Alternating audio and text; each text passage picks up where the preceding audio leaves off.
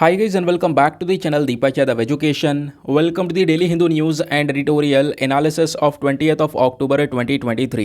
तो गाइज आज है तारीख 20 अक्टूबर 2023 और है फ्राइडे। देखेंगे आज के important news and editorial discussion को। लेकिन लेक्चर में आगे बढ़ने से पहले अगर आपको इस लेक्चर का PDF चाहिए तो क्या करना है, सबसे पहले डाउनलोड करना है टेलीग्राम, देन उसके बाद जाके सर्च बॉक्स में टाइप करना Deepak Yadav education UPSC। As you can see guys आपको ये वाला चैनल मिल जाएगा, इस पर क्लिक करना और जाकर इस चैनल को ज्वाइन कर लेना। ज्वाइन करने से फ़ायदा क्या होगा, यहाँ पर डेली बेसिस पर लेक्चर का PDF मिल जाता है, डेली करंट अफेयर के वीडियो का PDF मिल जाता है और डेली बेसिस पर बहुत सारे डिजिटल नोट्स मिल जाते हैं। नाउ बढ़ते हैं आगे बढ़ने से पहले हमेशा की तरह हम लोग अपने लेक्चर को एक मैप के क्वेश्चन के साथ स्टार्ट करेंगे। तो आज आप सभी को मैप में जाकर देखना है रफा क्रॉसिंग को, बहुत ज़्यादा इंपॉर्टेंट है। इसको अच्छे से मैप में देखना, देन उसके बाद आकर नीचे कमेंट सेक्शन में टाइप करना, जिससे कि आप लोग इसको लंबे समय तक याद रख पाओगे। साथ ही साथ एक क्वेश्चन सॉल्व करेंगे जो कि UPSC प्रीवियस ईयर साल 2018 के प्रीलिम्स में पूछा गया था। डेली बेसिस पे हम लोग यहाँ पर एक प्रीवियस ईयर क्वेश्चन को भी सॉल्व करते हैं। क्वेश्चन क्या बोलता है, एक युद्ध लड़ा गया था योम किपुर वॉर, ये कौन कौन से देशों के बीच में लड़ा गया था, यह आपने बताना है। Option number A Turkey and Greece, option number B Serbs and Croats, या option number C Israel and Arab country जिसमें इजिप्ट और सीरिया भी आ गए, या option number D Iran and Iraq. तो इसका सही आंसर सभी को नीचे कमेंट सेक्शन में देना है। एटलीस्ट सभी को उसमें पार्टिसिपेट करना है, जैसे मैं आप लोगों से डेली बेसिस पे बोलता हूं। बाय द वे, इसका जो करेक्ट आंसर है वो मैंने आपको टेलीग्राम पर प्रोवाइड करवा दिया है, वहां से भी आप इसको चेकआउट कर सकते हो। और अगर वहां पर आंसर नहीं मिलता है तो भी कोई परेशान होने की ज़रूरत नहीं है। वीडियो के लास्ट में इसके करेक्ट आंसर का डिस्कशन हम लोग करेंगे। तो चलो शुभारंभ करते हैं और चलते हैं सबसे पहले थंबनेल वाले इंपॉर्टेंट आर्टिकल की तरफ। दोस्तों वैसे तो इजराइल और पैलेस्टीन का जो ये वॉर चल रहा है, इसको लेकर डेली बेसिस पे बहुत सारे न्यूज़ आर्टिकल्स पब्लिश हो रहे हैं और एक एक करके जो इंपॉर्टेंट अपडेट्स हैं वो मैं आपको प्रोवाइड करवा रहा हूँ, स्पेशली वो अपडेट्स जो कि एग्जाम में हमको हेल्प कर सकते हैं। तो इसी बीच में यहाँ पर एक और न्यूज़ आई है, वो है इजराइल के आयरन बीम के बारे में। इसको समझने से पहले इजराइल के एक और वेपन के बारे में समझना होगा। एक हथियार है इजराइल का जिसको हम बोलते हैं आयरन डोम। आयरन डोम के बारे में तो आपको पता है, कई बार आपको पढ़ाया भी गया है। अभी जब रिसेंटली वॉर स्टार्ट हुआ था तो बहुत ज़्यादा न्यूज़ में था दोस्तों ये आयरन डोम। क्या होता है, कैसे काम करता है, पहले इसको समझते हैं, क्योंकि ये आपने समझ लिया तो आयरन बीम आपके लिए समझने में बहुत ज़्यादा ईजी हो जाएगा।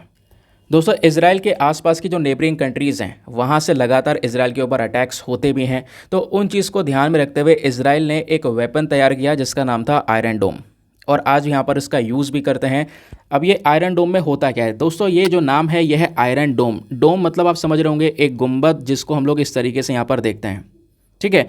तो जिस भी एरिया में हम इस आयरन डोम को लगा देंगे, डिप्लॉय कर देंगे, उस एरिया को पूरी तरह से प्रोटेक्शन प्रोवाइड करवाने में ये मदद करता है। फॉर एग्जाम्पल मान लो यहाँ पर एक सिटी है, ठीक है, इसमें हम लोगों ने आयरन डोम को तैनात कर दिया। और आयरन डोम में दोस्तों ध्यान रखना कोई एक वेपन नहीं है, इसके 3 कंपोनेंट्स होते हैं। कितने कंपोनेंट्स? 3 कंपोनेंट। सबसे पहला कंपोनेंट होता है इसमें रडार यूनिट, दूसरा होता है कंट्रोल सेंटर और तीसरा होता है मिसाइल फायरिंग यूनिट। अब एक एक करके यहाँ पे समझते हैं इनका मेन काम क्या है। दोस्तों रडार का मेन काम क्या होगा, सपोज़ यहाँ पे इस पर्टिकुलर सिटी के अंदर में हम लोगों ने इस आयरन डोम को लगा दिया, क्योंकि हमें यहाँ पर शक है कि आसपास की जो कंट्रीज़ हैं, फॉर एग्जांपल इधर यहाँ पर जैसे गाज़ा हो गया, तो गाज़ा की साइड से ना बहुत सारे जो रॉकेट्स हैं वो यहाँ पर फायर किए जाते हैं इजराइल के ऊपर में। तो अब सपोज़ यहाँ पे अगर गाज़ा की साइड से रॉकेट फायर होता भी है तो यहाँ पर इस पर्टिकुलर शहर को एक प्रोटेक्शन मिल जाती है। क्यों? क्योंकि यहाँ पर इस तरीके से एक डोम बन चुका है और इस डोम के माध्यम से जो ये आयरन डोम वाला पूरा हथियार है हमको प्रोटेक्शन प्रोवाइड करवाता है। कैसे? तो गाज़ा पट्टी से सपोज़ यहाँ पे रॉकेट फायर किया गया तो उसको हवा में मार कर गिराने की ताकत रखता है आयरन डोम। कैसे काम करता है? तो दोस्तों आयरन डोम में जो 3 कंपोनेंट हैं इनका काम समझो। अब सबसे पहला रडार यूनिट। रडार यूनिट का मेन काम क्या है कि अगर दुश्मन कंट्री से जो मिसाइल आ रही है, जो अटैक इधर की साइड में हो रहा है, उसको डिटेक्ट करने का काम करना, उसको पकड़ने का काम कर रहा कि हाँ वहाँ से मिसाइल आ रही है। कंट्रोल सेंटर का मेन काम होता है ये डिसाइड करना कि जो मिसाइल आ रही है ये कितना बड़ा खतरा है, कितना बड़ा डिजास्टर क्रिएट कर सकती है। और इतना होने के बाद में क्या होगा, तुरंत मिसाइल फायरिंग यूनिट को यहाँ पर एक इंडिकेशन मिलेगा और इसको अलर्ट मिलते ही क्या होगा, ये यहाँ से मिसाइल लॉन्च कर देगा।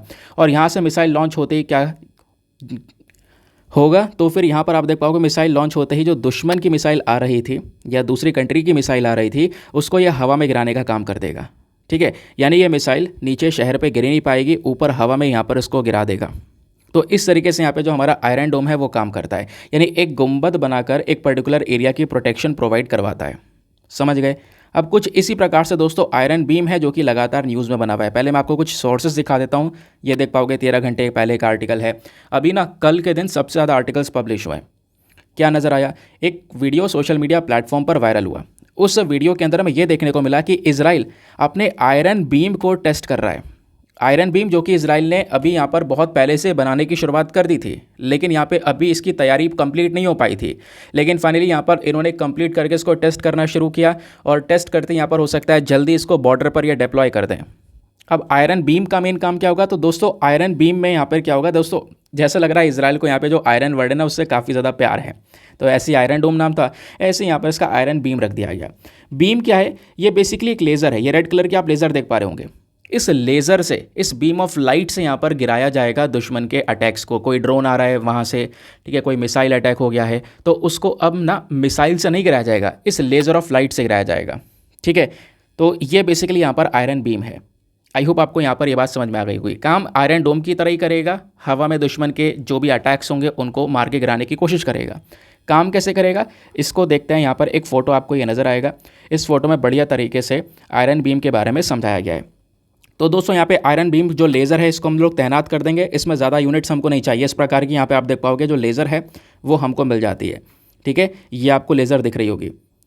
अब क्या होगा, मान लो यहाँ पर बाहर से कोई रॉकेट आ रहा है या किसी और कंट्री से रॉकेट आ रहा है, तो ये जो आयरन बीम है ना, ये एक बहुत ही ज़्यादा पावरफुल लाइट, जो लाइट है ये आप देख पाओगे, जो लाइट है ना ये यहाँ पर भेजेगा। इस तरीके से जो लेज़र लाइट है इसको यहाँ पर ये भेजने वाला है। और ये बीम ऑफ लाइट क्या करेगी, दुश्मन के ड्रोन को तबाह करने में यहाँ पर सक्षम रहेगी।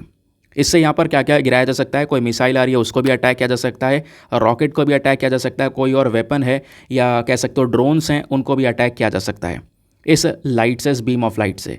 तो ये बीम ऑफ लाइट को नाम दिया गया है क्या, आयरन बीम। इसमें जो दोस्तों लेज़र बीम होती है वो लगभग 100 किलोवाट से लेकर 150 किलोवाट तक की यहाँ पर लेज़र बीम होती है, जो कि यहाँ पर दुश्मन का जो भी अटैक होगा उसको जलाकर राख कर देगी। और इसकी रेंज है लगभग 7 किलोमीटर्स के आसपास, यानी कि जैसे ही ये जिस भी प्लेस में हम आयरन बीम को तैनात करेंगे इसके 7 किलोमीटर के एरिया में ये प्रोटेक्शन प्रोवाइड करवाएगा। कोई भी दुश्मन का अटैक अगर इसके 7 किलोमीटर के रेडियस में आता है तो उसको गिराने में यहाँ पर ये आयरन बीम सक्षम रहेगा। आई होप आपको ये जो बात है वो अच्छे से क्लियर हो चुकी है। अब दोस्तों एग्जामिनेशन के पर्सपेक्टिव से कुछ बेसिक चीज़ें आपसे पूछी जा सकती हैं, वो सब मैंने आपको नोट्स में यहाँ पे प्रोवाइड करवा दिए हैं। इसको बहुत ध्यान से आपने सुनना है। ठीक है, आयरन बीम क्या है, इसको हम 2 नाम से और जानते हैं, मैगन या फिर लाइट शील्ड के नाम से भी यहाँ पर इसको जाना जाता है। तो कंफ्यूज मत होना अगर इस नाम से क्वेश्चन बन जाए तो। इसको किसने बनाया है, इजराइल ने। लेकिन इजराइल की कौन सी डिफेंस कंपनी ने बनाया है, तो वह है राफेल एडवांस डिफेंस सिस्टम। इन्होंने यहाँ पर इसको बनाया और इसकी जो शुरुआत है वो 2014 में हो चुकी थी। लगातार यहाँ पर इसके बहुत सारे जो टेस्टिंग्स हैं वो यहाँ पर किए गए। ना फाइनली यहाँ पर इजराइल को लगता है ये समय आ चुका है इसको पूरी तरह से इम्प्लीमेंट करने का। अब क्वेश्चन यहाँ पर यह है कि इसके एडवांटेजेस हमको क्या देखने को मिल जाते हैं। तो एडवांटेज सबसे पहला दोस्तों यहाँ पर यह है कि इसमें कंटिन्यूस एनर्जी सप्लाई होती है। लगातार जैसे यहाँ पर हमारे वेपन्स होते हैं, हथियार होते हैं, मिसाइल होते हैं, वो ख़त्म हो सकते हैं, लेकिन ऐसा यहाँ पर नहीं होगा। यहाँ पे हम लोग कंटिन्यूस एनर्जी सप्लाई के माध्यम से इसको लगातार चालू रख सकते हैं। लेकिन इसमें कुछ डिसएडवांटेजेस भी हैं। सबसे बड़ी परेशानी पता है क्या है, अगर वेदर ख़राब होगा, यानी मान लो बहुत ज़्यादा बादल हैं, तो उस समय पर ये सही से काम नहीं कर पाएगा।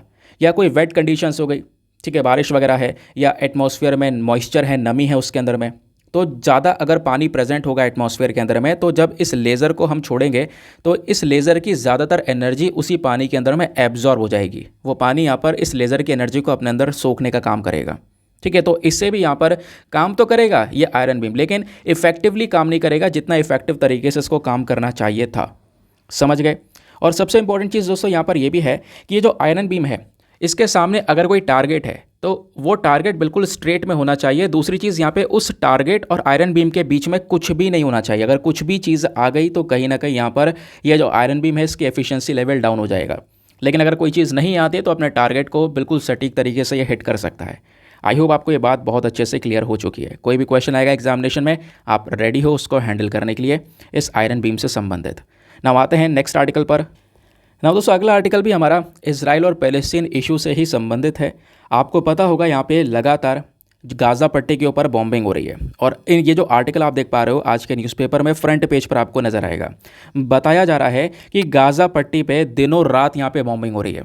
एक छोटा सा रीजन जिसमें लगभग 20 लाख लोग रहते हैं और उनमें से भी यहाँ पर ज़्यादातर लोगों को ऊपर नॉर्थ वाला रीजन जो है वो खाली करने के लिए बोला गया इजराइल की साइड से, और खाली करने के बाद में उनको साउथ में भेज दिया गया। लेकिन दोस्तों साउथ साइड में भी यहाँ पर बॉम्बिंग हो गई, तो इसकी वजह से अब यहाँ पर लोगों को बहुत ज़्यादा टेंशन है कि हमारे लिए एक सेफ़ जोन क्रिएट किया गया था इजराइल के माध्यम से, लेकिन यहाँ पर भी बॉम्बिंग हो रही है। तो कहीं ना कहीं यहाँ पर जो लोग हैं वो अब जाए कहाँ पर।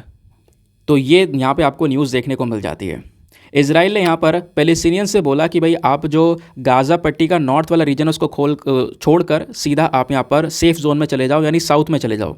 लेकिन सदर्न साइड में भी यहाँ पर लगातार जो रॉकेट्स हैं वो यहाँ पे बरसाए जा रहे हैं। इसको लेकर कुछ चिंता यहाँ पर व्यक्त की गई हैं। बहुत सारे लोग यहाँ पर कोशिश कर रहे हैं कि सीधा बॉर्डर क्रॉस करके इजिप्ट में पहुँच जाए। बहुत सारे लोग इजिप्ट में जा भी रहे हैं रफ़ा क्रॉसिंग के माध्यम से। इस वजह से एग्जामिनेशन के पर्सपेक्टिव से आपसे जो आज का मैप का क्वेश्चन पूछा गया है वो रफ़ा क्रॉसिंग है। दोस्तों यहाँ पे बोला जा रहा है कि गाज़ा पट्टी पर ये जो छोटा सा रीजन है, यहाँ ऊपर नॉर्थ वाले रीजन से लगभग कह सकते हो 10 लाख लोग सीधा इवैक्यूएट कर चुके हैं। 10 लाख लोगों ने एरिया खाली कर दिया है, सीधा वो साउथ में पहुँच चुके हैं। यानी साउथ में और भी बहुत ज़्यादा क्राउड आज के समय पर इकट्ठा हो चुका है। गाज़ा की साइड से स्टेटमेंट आया है कि लगातार रॉकेट बरसाए जा रहे हैं इजराइल की साइड से, कुछ भी काम करना बहुत मुश्किल है। सभी लोगों के अंदर डर बैठ गया है, दिनों रात यहाँ पर रॉकेट बरस रहे हैं। और उसके रिटेलिएशन में गाज़ा की साइड से भी यहाँ पर जो थोड़े बहुत जो रॉकेट है वो इजराइल के ऊपर में दागे जा रहे हैं। अब दोस्तों इसी बीच होता क्या है आपको पता होगा, एक हॉस्पिटल जो है उसके ऊपर भी बॉम्बार्डिंग कर दी गई है इजराइल की साइड से, जिसकी वजह से कई सारे लोगों की यहाँ पर जान गई है। अब फ़लस्तीन के अंदर में हालात काफ़ी ज़्यादा ख़राब हो चुके हैं। हालात इसलिए भी ख़राब हो चुके हैं क्योंकि इजराइल ने पानी, खाना, बिजली सब कुछ कट डाउन कर दिया है। ये सारी चीज़ें वहाँ पे लोगों तक नहीं पहुँच पा रही हैं। खबर ये भी आ रही है कि लोगों को यहाँ पर एक वक्त का खाना मिल रहा है और जो पीने का पानी है वो बहुत ही ज़्यादा गंदा है, जो कि पिया भी ना जाए। ये हालात यहाँ पर आज के समय पर हमको देखने को मिलते हैं। और इसी बीच यहाँ पे पीएम मोदी ने फ़लस्तीन के साथ में डिस्कशन, कुछ बातचीत वगैरह की है। प्राइम मिनिस्टर नरेंद्र मोदी जी ने अपने जो दुख हैं, जो यहाँ पर शोक है वो प्रकट किया है जो फ़लस्तीनियन अथॉरिटी के प्रेसिडेंट हैं उनसे बात करके, ठीक है। साथ ही साथ में पीएम मोदी ने यहाँ पर मेंशन ये भी किया है कि वो एश्योर करते हैं कि देखो जो ह्यूमैनिटेरियन असिस्टेंस है, जो भी सपोर्ट होगा फ़लस्तीनियन लोगों के लिए, वो हम यहाँ पे प्रोवाइड करवाने की कोशिश करेंगे। और इंडिया हमेशा खड़ा है इजराइल और फ़लस्तीन के इस इशू को रिजॉल्व करवाने के लिए। तो हमारी यहाँ पर एक ऐसी पोजीशन होने वाली है इस पर्टिकुलर इशू पर कि भाई जल्द से जल्द यहाँ पर जो ये मैटर है वो शांत हो जाए। क्योंकि ये जो वॉर हो रही है ना, ये इधर यहाँ पर एक हमास ऑर्गेनाइजेशन हो गया, फिर इधर इन्होंने अटैक किया, उसकी वजह से यहाँ पर जो इनोसेंट पीपल है आज के समय पर उनको ये सब कुछ भुगतना पड़ रहा है। ये कुछ दृश्य आपको गाज़ा की साइड से निकल कर आएंगे, ये देखने को मिलेंगे। ये तो कुछ भी नहीं है, फ़ोटोज़ तो लंबे समय से चल रहे हैं। ये आप देख पाओगे बड़ी बड़ी यहाँ पर जो भी इंफ्रास्ट्रक्चर थे वो सब गिर चुके हैं गाज़ा पट्टी के अंदर में। बड़ी बड़ी जो बिल्डिंग्स हैं वो सब यहाँ पर गिर चुकी हैं। लेकिन दोस्तों यहाँ पे ये तो हम रोज़ ही डिस्कस कर रहे हैं, आज हमने क्यों डिस्कस किया है? आज मैं आपको थोड़ा गाज़ा पट्टी के बारे में बेसिक डेटा देने वाला हूँ।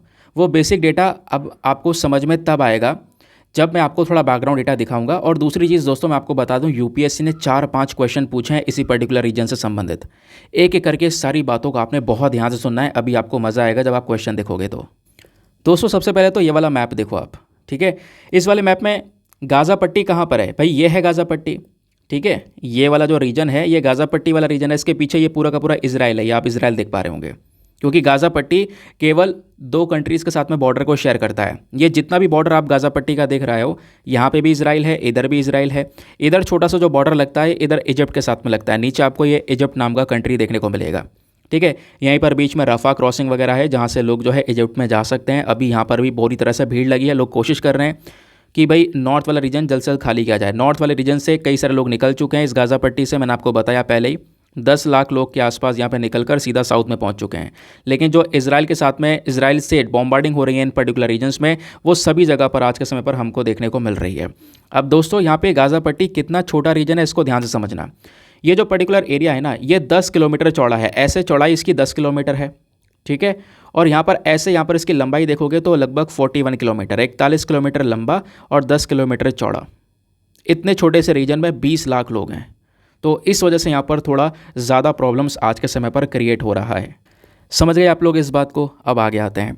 तो गाज़ा पट्टी के बारे में कुछ बेसिक चीज़ें हैं। बेसिक चीज़ें मतलब कि कुछ स्टैटिक पोर्शन जो एग्ज़ाम में आपसे पूछा जा सकता है। सबसे पहली चीज़ दोस्तों, तो ये जो गाज़ा पट्टी है कहाँ पर स्थित है? ये ईस्टर्न मेडिटेरेनियन बेसिन पर स्थित है। यानी कि जो गाज़ा पट्टी वाला रीजन है इसके पीछे यहाँ पे मेडिटेरेनियन सी है, जो अभी आपको मैप में मैंने दिखाया था, ठीक है। गाज़ा पट्टी 2 कंट्रीज़ के साथ में बाउंड्री शेयर करता है, एक तो इजिप्ट के साथ में अभी आपको दिखाया और इजराइल के साथ में, ठीक है। उसके अलावा दोस्तों यहाँ पर ये जो रीजन है एक बहुत छोटा सी रीजन जो कि मोस्ट डेंसली पॉपुलेटेड है। पूरे दुनिया भर में एक ऐसा छोटा सा रीजन जहाँ पर सबसे ज़्यादा आबादी है। छोटे से रीजन में 20 लाख के आसपास लोग यहाँ पे हमको देखने को मिल जाते हैं। और इसी वजह से, क्योंकि एक छोटे से रीजन में 20 लाख लोग हैं, इस पर्टिकुलर रीजन को ओपन एयर प्रिजन के नाम से ही बोला जाता है। वेरी वेरी इंपॉर्टेंट, डायरेक्टली आपसे एग्जामिनेशन में पूछा जा सकता है कि ओपन एयर प्रिजन किसको बोलते हैं। यानी कि मतलब आप कह सकते हो कि एक खुला जेल है, ये खुले जेल की तरह है। प्रिजन क्या होता है? जेल होता है। खुले जेल की तरह भाई छोटे से रीजन में इतने सारे लोग यहाँ पर भरे हुए हैं, ठीक है, जो कि यहाँ पर काफ़ी सारी चीज़ों को बुरी तरह से यहाँ पे मैनेज कर पा रहे हैं, सही से मैनेज कर भी नहीं पा रहे हैं। तो कई बार जो हमारे एकेडमिक्स हैं, एक्टिविस्ट हैं, जर्नलिस्ट हैं, वो यहाँ पर इसको ओपन एयर प्रिजन के नाम से भी जानते हैं। अब बात आती है यहाँ पर हिस्टोरिकल सिग्निफिकेंस की। दोस्तों जो गाज़ा पट्टी वाला रीजन है ना, इसका एक ऐतिहासिक इंपॉर्टेंस है। मैं आपको बता दूँ, इसराइल और साथ ही साथ में पैलेस्तीन की जो वॉर है, ये बहुत पुरानी वॉर है और इसी वॉर में छोटी छोटी लड़ाइयाँ होती रही हैं, छोटे छोटे युद्ध होते रहे हैं। एक युद्ध हुआ था 1967 के अंदर में, जिसको 6 डे वॉर के नाम से जानते हैं, यानी 6 दिन की लड़ाई चली थी। और इस 6 दिन की लड़ाई का परिणाम क्या निकल कर आया कि इजराइल ने गाज़ा पट्टी को कैप्चर कर लिया। इजराइल के हाथ में आ गई थी गाज़ा पट्टी। उससे पहले इजिप्ट कंट्रोल कर रहा था, यानी एक समय पर इजराइल ने इस पट्टी को कंट्रोल भी कर लिया था, उसके कंट्रोल में था। लेकिन फिर यहाँ पर कई सारे सेटलमेंट्स हुए, डिस्कशंस हुए, बातचीत हुई, अग्रीमेंट हुए। उसके बाद में साल 2005 में इजराइल ने डिसाइड किया कि गाज़ा से हम बाहर निकलेंगे। ये निकल गए। निकलने के बाद में उस समय पर भी इस प्रकार का ब्लॉकेड लग गया था, जिससे यहाँ पर लोगों का आना जाना या सामान का आना जाना बहुत ज़्यादा रुक गया था। फिर फाइनली 2007 के अंदर में जो हमास है, जो आज के समय पर इस गाज़ा पट्टी को कंट्रोल कर रहा है, इन्होंने यहाँ पर ये सारी की सारी जो पावर्स है गाज़ा पट्टी की वो ले ली। वो पावर में आए और पावर में आने के बाद में इस हमास ने पूरे के पूरे गाज़ा पट्टी को कंट्रोल किया और आज तक हमास ही यहाँ पर इसको कंट्रोल कर रहा है। ठीक है, ये बात आपको क्लियर हो गई। अब दोस्तों यहाँ पे गाज़ा के आसपास के एरियाज़, जैसे मैं आपको ऑलरेडी बता चुका हूँ कि इसके आसपास के रीजन कौन कौन से हैं। यहीं पर गाज़ा पट्टी से कुछ बॉर्डर पर आप देखोगे तो कुछ क्रॉसिंग वगैरह बनाई गई हैं। जैसे यहाँ पर करीम अबू सालिम क्रॉसिंग है, एरेस क्रॉसिंग है जो इजराइल कंट्रोल करता है, और एक रफ़ा क्रॉसिंग है जो इजिप्ट कंट्रोल करता है। रफ़ा क्रॉसिंग अभी आपसे मैप में पूछा गया था आज के क्वेश्चन में।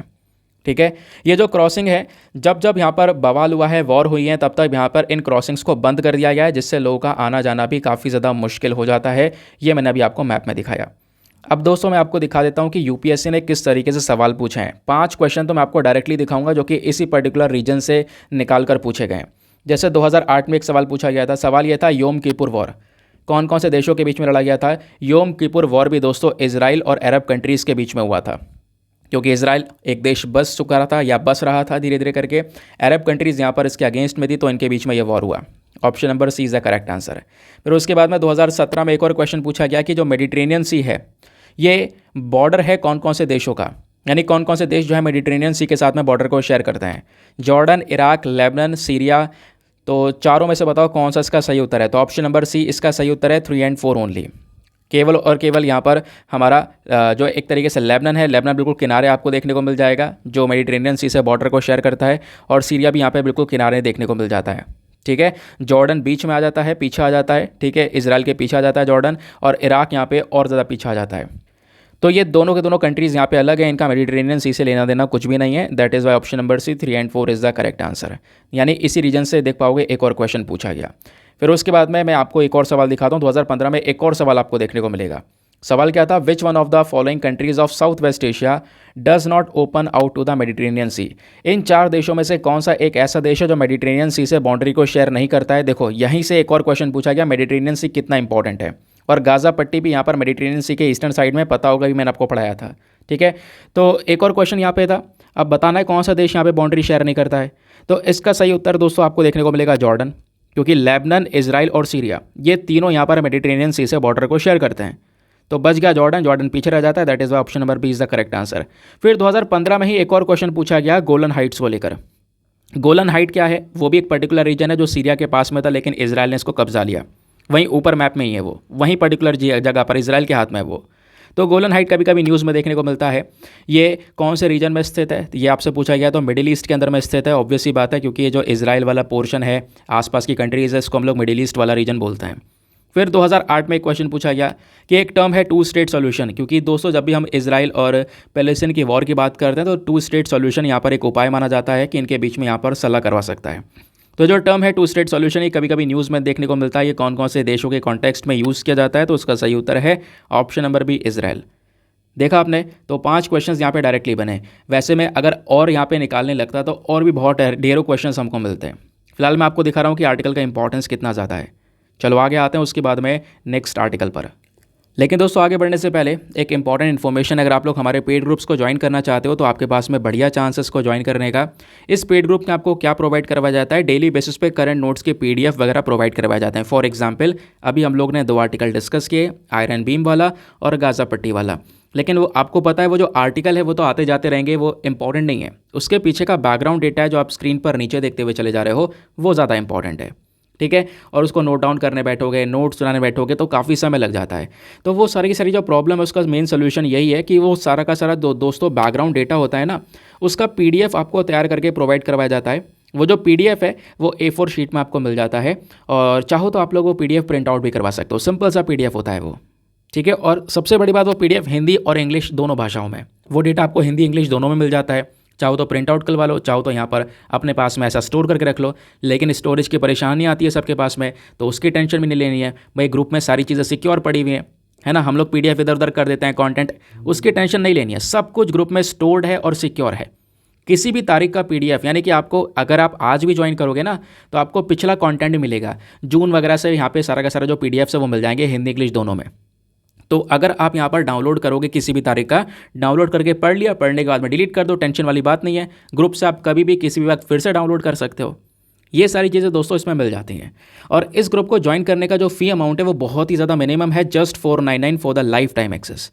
या फिर कह सकते हो जब तक आपका सिलेक्शन ना हो जाए तब तक यहाँ पे इस ग्रुप को आप ज्वाइन करके रख सकते हो, जस्ट 499 रुपीज़ में। बीच में आपको कोई दोबारा सब्सक्रिप्शन वगैरह लेने की ज़रूरत नहीं है ना। उस ग्रुप को ज्वाइन करने के लिए करना क्या है, व्हाट्सएप पर जाना, यहाँ पर आपको एक नंबर दिया गया है 8534873368। इस नंबर पर मैसेज कर देना कि हाँ I want to join this group, या फिर बता देना, या कैसे भी बता देना कि हाँ मुझे ग्रुप ज्वाइन करना है। आपको वहाँ से रिप्लाई आएगा, और रिप्लाई में यहाँ पर पेमेंट का प्रोसेस बताया जाएगा। लेकिन पेमेंट के प्रोसेस से ज़्यादा इंपॉर्टेंट आपको डेमो वीडियो का लिंक मिलेगा। आप पूरे डेमो वीडियो को अच्छे से देख लेना कि मुझे इस ग्रुप से किस तरीके से हेल्प हो सकती है। उसके बाद जाके अपना डिसीजन लेना, अपने आप को सेटिस्फाई करने के बाद में कि हाँ मुझे ज्वाइन करना चाहिए या नहीं चाहिए। ये भी ऑप्शन आपके पास में यहाँ पर अवेलेबल है। जबकि आपको पता है 499 हम लोग इधर उधर खर्च कर देते हैं, ऐसे हम लोग निकाल देते हैं, लेकिन फिर भी आपको बहुत सारे ऑप्शन दिए जा रहे हैं ताकि यहाँ पर आप पूरी तरह से सेटिस्फाई हो सको। नौ आगे आते हैं दोस्तों। आगे बढ़ने से पहले मेक श्योर करना वीडियो पे जो लाइक का बटन है उसको प्रेस कर देना। हमारा एक छोटा सा टारगेट है यार 5K प्लस लाइक्स का, जिसको आप लोग यहाँ पर पहुँचा सकते हो। डेली बेसिस पे टारगेट होता है, प्लीज़ यार इस टारगेट को पहुँचा दिया करो। साथ ही साथ में आप मेरे साथ में इंस्टाग्राम पे भी जुड़ सकते हो। इंस्टाग्राम पे जाना, सर्च बॉक्स में लिखना दीपा यादव एजुकेशन, मेरा प्रोफाइल मिलेगा जहाँ पे ऑलरेडी 13,000 से ज़्यादा लोग जुड़ चुके हैं। आप भी मेरे साथ में पर्सनली जुड़ सकते हो। तो चलिए आते हैं अगले आर्टिकल पर। अगला article GS paper number 2 health के पॉइंट ऑफ व्यू से हमारे लिए बहुत ज़्यादा इंपॉर्टेंट होने वाला है। क्या है पूरा का पूरा मैटर समझते हैं। यहाँ पर ये न्यूज़ आर्टिकल आपको देखने को मिल जाएगा। बताया जा रहा है कि बहुत सारी जगह में, यानी देखो एक स्टडी की गई है और उस स्टडी में पता ये चला है कि जो कैंसर है, स्पेशली कौन सा कैंसर, सर्वाइकल कैंसर। तो सर्वाइकल कैंसर काफ़ी चर्चा में रहा है पिछले साल भी, इस साल भी, और अभी फिर से ये न्यूज़ में आ चुका है। तो पता ये चला कि जो सर्वाइकल कैंसर है दोस्तों, यहाँ पर इसके अंदर जो सर्वाइवल रेट है वो थोड़ा सा बड़ा है। ठीक है, यानी कि होता क्या है कि सर्वाइकल कैंसर कहीं ना कहीं महिला के लिए एक जानलेवा भी बन जाता है, उनकी मृत्यु भी हो सकती है। तो 2012 से लेकर 2015 के बीच में सर्वाइकल कैंसर के जो पेशेंट्स हैं उनका सर्वाइवल रेट, यानी उनके हेल्थ में इंप्रूवमेंट नज़र आया। ठीक है, उनका यहाँ पर कह सकते हो कि जो उम्र है वो यहाँ पर तेज़ी से इंक्रीज़ हुई है। क्यों हुई है? क्योंकि यहाँ पर जो हमारे हेल्थ केयर सेंटर्स हैं उन्होंने अपना काम बढ़िया तरीके से किया है। इस कैंसर के डायग्नोसिस प्रॉपर तरीके से हुई है, प्रॉपर ट्रीटमेंट प्रोवाइड करवाया गया है। तो लगभग बोला जा रहा है कि अगर हम लोग आज से कुछ सालों पहले की बात करें तो इस तरीके का ट्रीटमेंट अवेलेबल नहीं था, इस तरीके का डायग्नोसिस नहीं हुआ करता था। तो इस चक्कर में सर्वाइकल कैंसर एक बहुत बड़ी चिंता बना हुआ था, जो कि आज के समय पर महिलाएं फेस भी करती हैं सबसे ज़्यादा। मैं अभी आपको डिटेल से बताऊँगा, बहुत सारा डेटा हमारे पास में यहाँ पर प्रेजेंट है। तो दोस्तों पहले सर्वाइवल रेट इतना अच्छा नहीं हुआ करता था, सर्वाइवल रेट बहुत कम था, लगभग कह सकते हो 46% के आसपास। अभी भी सर्वाइवल रेट इंप्रूव हो चुका है। ठीक है, यहाँ पे आप कह सकते हो कि जो लोगों की जो ज़िंदगियाँ हैं जो इस कैंसर से गुजर रहे हैं वो इंप्रूव हो रही हैं, और अभी यहाँ पर ये सर्वाइवल रेट 52% के आसपास हो चुका है। और सबसे ज़्यादा सर्वाइवल रेट कहाँ पर है, वो है अहमदाबाद के अंदर में 61.5% के आसपास। फिर उसके बाद में तिरुवनंतपुरम में, देन कोलम, मुंबई, फिर उसके बाद में ओवरऑल देखोगे तो 51.7% के आसपास है। ठीक है, तो सर्वाइवल रेट सबसे ज़्यादा अहमदाबाद में हमको यहाँ पे नज़र आता है। तो ये बात तो आपको समझ में आ गई कि हाँ बिल्कुल सर्वाइकल कैंसर के जो केसेस है वो यहाँ पर इंप्रूव नज़र आए। अब क्वेश्चन यहाँ पर दिमाग में ये आएगा पहला कि ये सर्वाइकल कैंसर एग्जैक्टली होता क्या है, पहले ये भी पता होना चाहिए, क्योंकि आपको पता होगा कि पिछले साल सर्वाइकल कैंसर को लेकर एक वैक्सीन बनाई गई थी जो कि न्यूज़ में थी। वो वैक्सीन के बारे में भी मैं आपको बताऊंगा, क्योंकि यहाँ पे क्वेश्चन बन सकता है। आजकल जो क्वेश्चन बन रहे हैं वो एक साल पहले के जो करंट अफेयर्स है वहाँ से ही बन रहे हैं। दोस्तों पहली चीज़, जो सर्वाइकल कैंसर होता है ना, ये वेमेन के सर्विक्स वाले एरिया में डेवलप होता है। वेमेन के सर्विक्स में यहाँ पर ये कैंसर होता है। सर्विक्स क्या है दोस्तों? सर्विक्स यहाँ पे यूट्रस का एक लोअर पार्ट होता है जो कि डायरेक्टली वेजाइना से कनेक्ट होता है। तो अगर आप लोग फोटो को देखते हो तो इस प्रकार से यहाँ पे आपको ये सर्विक्स देखने को मिलेगा। ये हो गई वेजाइनल वॉल, ठीक है, ये हो गया सर्विक्स, और इस सर्विक्स में इस प्रकार से जो कैंसर टिश्यूज़ हैं वो यहाँ पे हमको नज़र आते हैं, ठीक है। और इसी की वजह से यहाँ पर ये जो कैंसर टिश्यूज़ है जब डेवलप हो जाते हैं तो इसको हम बोलते हैं सर्विकल कैंसर। अब सर्विकल कैंसर को लेकर हालात क्या है ये आप समझो। ये ना चौथा सबसे कॉमन प्रकार का कैंसर है वेमेन के अंदर, महिलाओं में चौथा जो सबसे ज़्यादा कैंसर पाया जाता है। और इंडिया की बात करेंगे स्पेशली तो भारत में यहाँ पर ये सेकंड मोस्ट कॉमन कैंसर है। दूसरे नंबर पर आता है जो सबसे ज़्यादा कॉमनली पाया जाता है महिलाओं में, ठीक है। सबसे अब आप कहोगे इंडिया मतलब ज़्यादा केस है, हाँ बिल्कुल, मतलब दुनिया भर का जो बर्डन है, क्योंकि एक लैंसेट स्टडी आई थी, उस स्टडी के अकॉर्डिंग अगर हम लोग बात करेंगे तो दुनिया भर में जो सर्विकल कैंसर का बर्डन है दोस्तों, उसमें इंडिया का योगदान सबसे ज़्यादा है। भारत में सबसे ज़्यादा महिलाएं सर्विकल कैंसर से सफ़र कर रही हैं, ठीक है। कह सकते हो दुनिया भर में जितनी भी मृत्यु हो रही है सर्विकल कैंसर की वजह से, तो हर 4 डेथ में से यहाँ पर कह सकते हो एक डेथ यहाँ पे सर्विकल कैंसर की वजह से हो रही है। मतलब कहीं ना कहीं एक बहुत बड़ी प्रॉब्लम वाली बात है सर्विकल कैंसर। हाँ, जितने भी सर्विकल कैंसर के जो केसेस निकल कर आते हैं दोस्तों, ये ना एक इन्फेक्शन से लिंक होते हैं। उस इन्फेक्शन का नाम है HPV इन्फेक्शन। तो HPV का सबसे बड़ा जो रिस्क है वो यहाँ पर कहीं ना कहीं ये प्रॉब्लम क्रिएट करता है। और ये जो वायरस है ये ट्रांसमिट भी हो सकता है। कैसे? सेक्सुअल कॉन्टैक्ट के माध्यम से एक पर्टिकुलर पर्सन से दूसरे पर्टिकुलर पर्सन के अंदर में ये कैंसर ट्रांसफ़र हो सकता है। लेकिन आपको अच्छी बात बताऊँ, अच्छी बात यहाँ पर यह है कि ये एक ऐसा कैंसर है जिसको आराम से ठीक किया जा सकता है, और ज़्यादातर केसेस निकल कर आए कि जहाँ पे आराम से बिल्कुल पूरी तरह से ठीक कर दिया गया, ठीक है। जब हम लोग यहाँ पर पता करते हैं, इसके बारे में डायग्नोसिस करते हैं, मान लो किसी में सर्विकल कैंसर निकला तो सक्सेसफुली यहाँ पर इसको ट्रीट किया जा सकता है।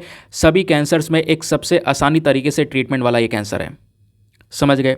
उसके बाद दोस्तों यहाँ पे ट्रीटमेंट करने के लिए हमें एक बहुत ही ज़्यादा कॉम्प्रहेंसिव अप्रोच चाहिए। जैसे यहाँ पे स्क्रीनिंग करनी होगी, ट्रीटमेंट करना होगा। सर्विकल कैंसर को पूरी तरह से ख़त्म किया जा सकता है, लेकिन उसके लिए हमारे पास में जो प्रॉपर फैसिलिटीज़ है वो अवेलेबल होनी चाहिए।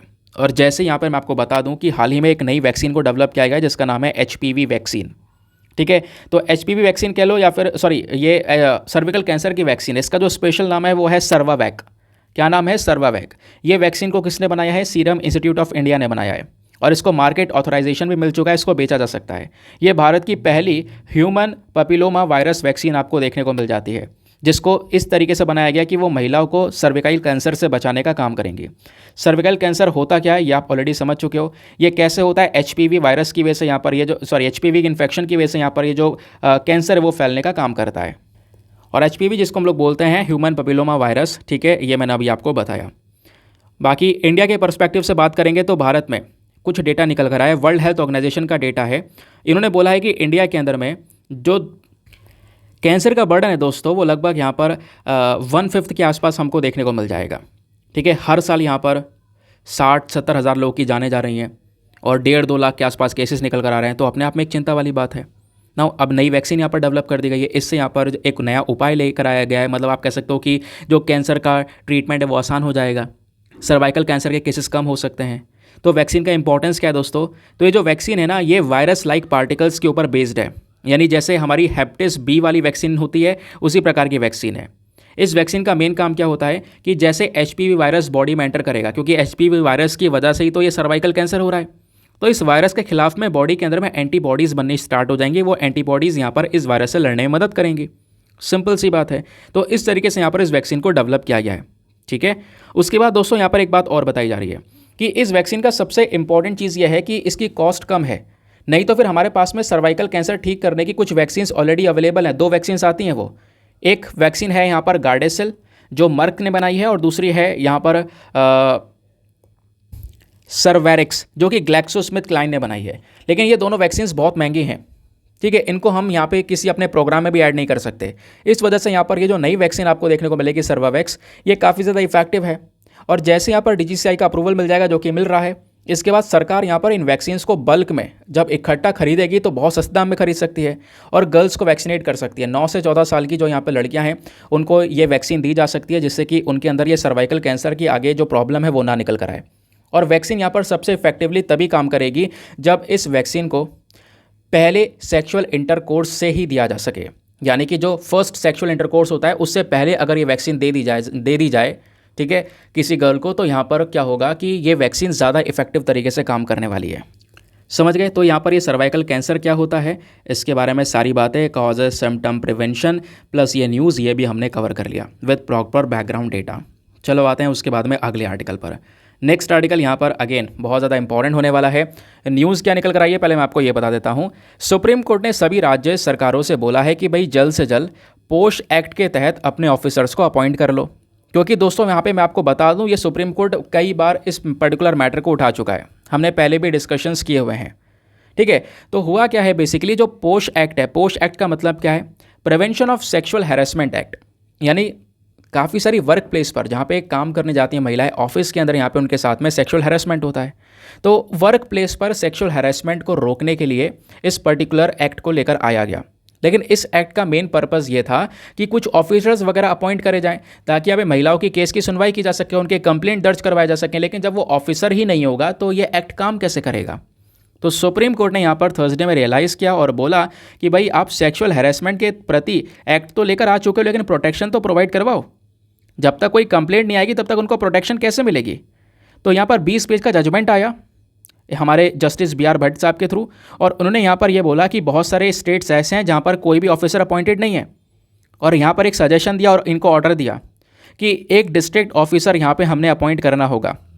तो कोर्ट ने यहाँ पर सभी प्रिंसिपल सेक्रेटरीज़ को यहाँ पर अब आप कह सकते हो ऑर्डर दे दिया है और बोला है कि आपने कोशिश करनी है कि हर एक राज्य में जो डिस्ट्रिक्ट ऑफिसर है, मतलब हर एक राज्य में हर एक डिस्ट्रिक्ट के अंदर में डिस्ट्रिक्ट ऑफिसर होना चाहिए जो कि यहाँ पर इस प्रकार के जो केसेस हैं उनको ये हैंडल करेगा, जो कि महिलाओं की प्रोटेक्शन में काफ़ी ज़्यादा हेल्पफुल होने वाला है। समझ गए? तो ये बेसिकली यहाँ पर न्यूज़ निकल कर आ रही है, लेकिन ये केवल खबर है। मैंने जैसे बोला एग्जाम के लिए अगर आपने पढ़ना है तो बैकग्राउंड डेटा आपके लिए बहुत ज़्यादा हेल्पफुल होने वाला है, स्पेशली फॉर दिस आर्टिकल। यहाँ पे मैं आपको बताऊँगा पोश एक्ट क्या है, इसकी शुरुआत कैसे होती है, प्लस इसमें दिक्कतें क्या क्या हैं, ये जानना आपके लिए बहुत ज़्यादा ज़रूरी है। मैं आपको बता दूँ पहले जो न्यूज़ में आया था ये पहले भी यही कारण था कि सुप्रीम कोर्ट ने कुछ डायरेक्शंस दिए थे, भाई आपने एक्ट लेकर आया लेकिन काम तो करवाओ, इस एक्ट का यूज़ तो करो। ठीक है, और अभी भी यहाँ पर वही मैटर है।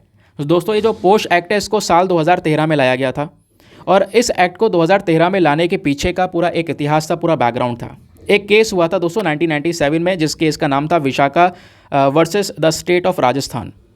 तो सुप्रीम कोर्ट ने यहाँ पर विशाखा गाइडलाइंस इसी केस के तहत जारी की थी, और उस गाइडलाइन के अंदर में एक मेजर ऑब्जेक्टिव ये रखा था कि जो वर्क प्लेस होता है, ऑफिस वगैरह जहाँ पे भी महिलाएं काम करने जाती हैं, उनके साथ में जो सेक्सुअल मिसकंडक्ट होता है उसके प्रति हमें एक ग्रीवांस प्रोसेस अपनाना होगा कि भाई यहाँ पर वो महिला उस एरिया में अपनी कंप्लेंट दर्ज करवा सके, है ना, अपनी कंप्लेंट फाइल करवा सके। तो ये रिकमेंडेशंस यहाँ पर सुप्रीम कोर्ट की आई थी इस विशाखा गाइडलाइंस के तहत, और इसी रिकमेंडेशन से इंस्पायर होकर पोश एक्ट लेकर आया गया। और ये जो पोश एक्ट बनाया गया ये पूरा एक कानून ऐसा है जो कौन मंत्रालय चलाता है, ध्यान रखना, वो मंत्रालय का नाम है union ministry of women and child development. Simple सी बात है, ठीक है, महिलाओं और बच्चों के विकास के लिए यहाँ पर ये जो है मंत्रालय है। तो इसी मिनिस्ट्रीज़ के अंडर में यहाँ पर क्या है, इस पोश एक्ट को लागू किया गया।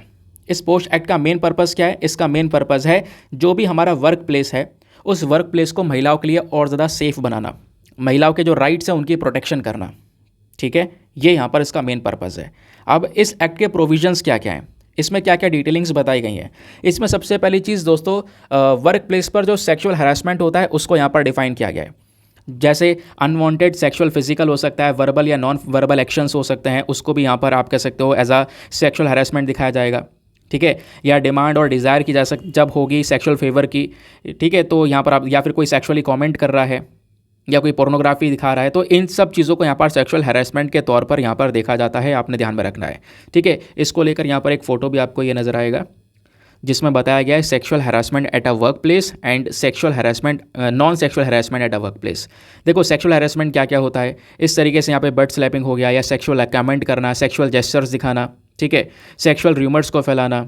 तो ये बेसिकली यहाँ पर क्या होता है, रिपीटेडली हग्स करना, ठीक है, अनवांटेड टचिंग, ये सारी चीज़ें यहाँ पर होती हैं sexual harassment at a work place. और नॉन सेक्सुअल हैरेसमेंट में यहाँ पर ऑफेंसिव जेस्चर्स बताना या फिर नेगेटिवली बात करना किसी के रेस, एथनिसिटी या रिलीजन को लेकर, समझ गए, किसी एम्प्लॉय को लेकर यहाँ पे कुछ कमेंट पास करना उसके कलर को लेकर या एथनिसिटी को लेकर, तो ये यहाँ पर बेसिकली क्या है, ये नॉन सेक्सुअल हैरेसमेंट है।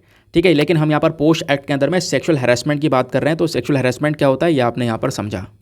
अब दोस्तों यहाँ पर ये जो पर्टिकुलर लॉ है ना, इसी लॉ के तहत यहाँ पर एक कमेटी बनाने की बात की गई।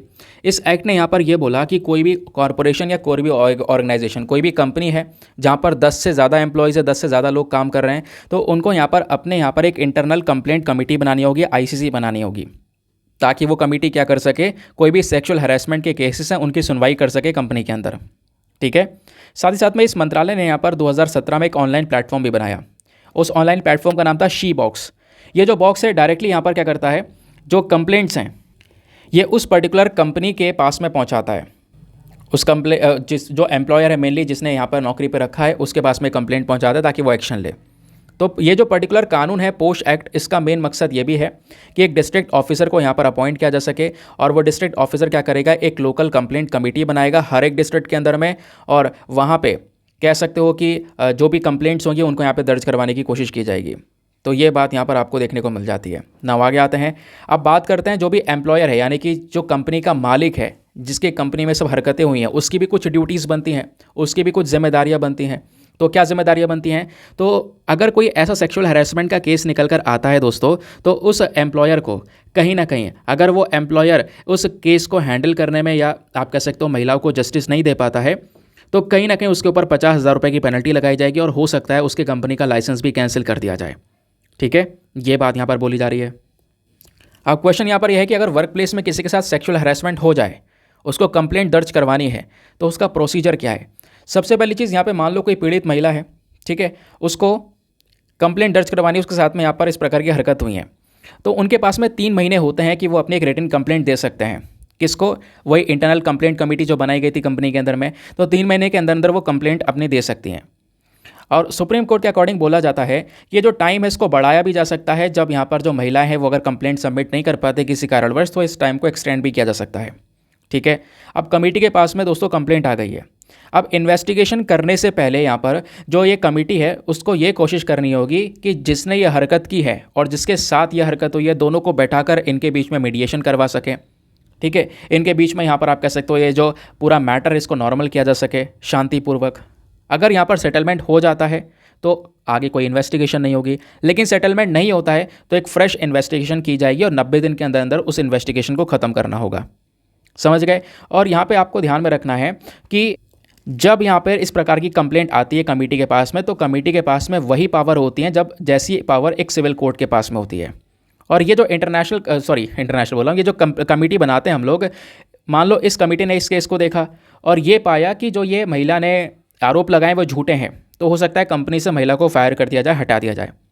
या फिर यहाँ पे अगर कंप्लेंट प्रूव हो जाता है कि हाँ सही कह रही हैं वो, तो उस दौरान यहाँ पर महिला को कंपनसेशन देने की बात की जाएगी। तो कोई भी इंडिविजुअल जो भी यहाँ पर आप कह सकते हो, मान लो जिसके खिलाफ यहाँ पे सुनवाई की गई, हो सकता है यहाँ पर उसने ना किया हो लेकिन उसके खिलाफ फिर भी यहाँ पर एक्शन ले लिया गया, तो अगर उसको लगता है कि मैं कोर्ट में जाऊँ, हाई कोर्ट में अपील करूँ, तो वो जाके हाई कोर्ट में अपील कर सकता है 90 दिन के अंदर अंदर ये आपने यहाँ पे ध्यान में रखना है।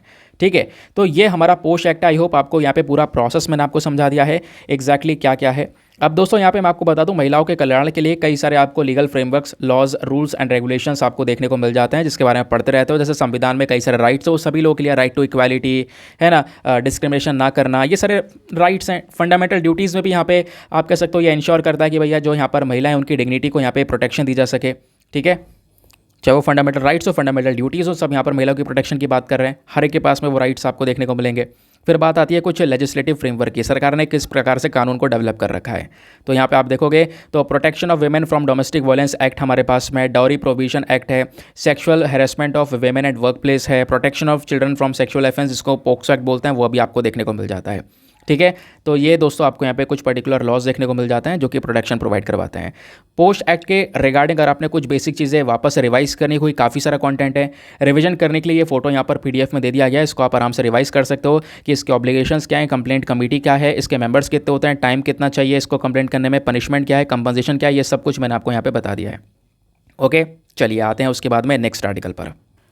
ना दोस्तों, अगला आर्टिकल एग्जाम के लिए काफ़ी इंपॉर्टेंट होने वाला है। मैं आपको कुछ बेसिक चीज़ें बताने वाला हूं जो कि आपसे डायरेक्टली एग्जामिनेशन में पूछी जा सकती हैं। तो जो हमारा इंटरनेशनल मॉनेटरी फंड है, उस इंटरनेशनल मॉनेटरी फंड ने यहाँ पर यह बोला है कि भारत का जो कंट्रीब्यूशन है दुनिया की जीडीपी में, यानी कि जो पूरी दुनिया की इकॉनमी है, कहीं ना कहीं दुनिया में जितने भी देश हैं वो उस इकॉनमी में कंट्रीब्यूशन दे रहे हैं। ऑब्वियस सी बात है। तो हमारे भारत का जो कंट्रीब्यूशन है अभी जीडीपी के अंदर में, दुनिया की जीडीपी में, वो 16% के आसपास है। इंटरनेशनल मॉनेटरी फंड ने बोला है कि आने वाले 5 सालों में ये 16% बढ़कर 18% हो जाएगा। तो 2% से भारत का कंट्रीब्यूशन दुनिया की जीडीपी में इंक्रीज़ हो जाएगा। और एशिया पैसिफिक रीजन से जितना कंट्रीब्यूशन आता है, शायद यहाँ पर इतना कंट्रीब्यूशन किसी और रीजन से आए। ठीक है, तो ये यहाँ पर हमारा एक मेन चीज़ होने वाली है, यानी कि जो हमारी ग्रोथ है, हमारा कंट्रीब्यूशन है दुनिया की जीडीपी में, वो इंक्रीज़ होगा। ये बात यहाँ पे बोला जा रहा है। और मैं आपको बता दूँ, आज के समय पर इंडिया और चाइना, ये 2 अकेले देशों को मिला दें तो दुनिया भर की जो ग्रोथ है उसमें 50% ग्रोथ के लिए यहाँ पर ये दोनों देश जिम्मेदार हैं। ये दोनों का एक बहुत बड़ा रोल हम कह सकते हैं। समझ गए ना? अब क्या है, ये चीज़ें आती रहती हैं दोस्तों। एग्जामिनेशन के पर्सपेक्टिव से अगर आपने कुछ जानना है तो वो यहाँ पर ये जानना है इंटरनेशनल मॉनेटरी फंड क्या है, क्योंकि इंटरनेशनल मॉनेटरी फंड ने ये सारी बातें बोली है, वही यहाँ पर इन चीज़ों को इस तरीके से देख रहे हैं। तो IMF क्या है, आओ मैं आपको थोड़ा सा बेसिक डेटा बताता हूँ, क्योंकि एग्जाम में आपसे क्वेश्चन बन सकता है और किस तरीके से क्वेश्चन बन सकता है वो भी आपको समझाऊंगा। दोस्तों, इंटरनेशनल मॉनेटरी फंड नाम की जो बॉडी है, इसको वर्ल्ड बैंक के साथ में बनाया गया था। जो सेकेंड वर्ल्ड वॉर हुआ था ना, उसके बाद यहाँ पर इस बॉडी को तैयार किया गया ताकि दुनिया भर में जो भी देश जिनको बहुत ज़्यादा नुकसान हुआ है वर्ल्ड वॉर में, उनकी हेल्प की जा सके। और ये दोनों बॉडीज़ यानी वर्ल्ड बैंक और इंटरनेशनल मॉनेटरी फंड को एक कॉन्फ्रेंस के अंदर बनाया गया। US में एक कॉन्फ्रेंस चल रहा था ब्रेटन वुड्स के अंदर में, तब यहाँ पर इस बॉडी को तैयार किया गया। दोस्तों, इंटरनेशनल मॉनेटरी फंड यहाँ पे कहीं ना कहीं 190 देशों के थ्रू गवर्न की जाती है। 190 देश इसके मेंबर्स हैं और भारत ने भी इसको ज्वाइन कर दिया था बहुत पहले, लगभग 27 दिसंबर 1945 में। इसका मेन पर्पस क्या है, जब भी कोई कंट्री डूब रही हो बुरी तरह से, उसके हालात काफ़ी ज़्यादा बेकार हो, इकॉनमी ठप हो, तो वो इंटरनेशनल मॉनेटरी फंड से मदद मांगता है। और ये बात ध्यान रखना, ये आपसे पूछा जा सकता है कि इंटरनेशनल मॉनेटरी फंड कौन सी रिपोर्ट्स को पब्लिश करता है। दोस्तों, 2 रिपोर्ट्स यहाँ पर इंटरनेशनल मॉनेटरी फंड के थ्रू पब्लिश की जाती हैं। एक है ग्लोबल फाइनेंशियल स्टेबिलिटी रिपोर्ट और दूसरी है वर्ल्ड इकोनॉमिक आउटलुक। ये 2 रिपोर्ट IMF पब्लिश करता है। अब मैं आपको बता दूं, UPSC ने 2016 में डायरेक्ट क्वेश्चन ये पूछा था। सवाल क्या था कि ग्लोबल फाइनेंशियल स्टेबिलिटी रिपोर्ट कौन तैयार करता है, ये डायरेक्ट क्वेश्चन था। तो अभी आपने पढ़ा कौन पब्लिश करता है, international monetary fund. Option number B is the correct answer. तो देख पा रहे होंगे आप, ये यहाँ से क्वेश्चन बनेगा। इकॉनमी के अंदर स्पेशली जो परसेंटेजेस हैं चेंज होती रहती हैं, मैटर नहीं करती हैं। जो मेन चीज़ मैटर करेगी एग्जाम परस्पेक्टिव से, वो है यहाँ पर हमारा बैकग्राउंड डेटा। वो डेटा पूरा भर भर के आपको मैं प्रोवाइड करवाने की कोशिश करता हूँ यार, कोई भी चीज़ें ना छूटिए। ठीक है, चलिए आते हैं एडिटोरियल डिस्कशन में। आज हमारे पास में 3 रेलिवेंट एडिटोरियल्स हैं, बहुत इंपॉर्टेंट एडिटोरियल हैं। सबसे पहले ये वाला एडिटोरियल कवर करेंगे, फिर उसके बाद में सेकंड हमारा BRI को लेकर है। कल जिस आर्टिकल को हमने छोड़ दिया था, मैंने बोला था आज डिस्कस करूंगा, तो वो वाला भी कवर करेंगे।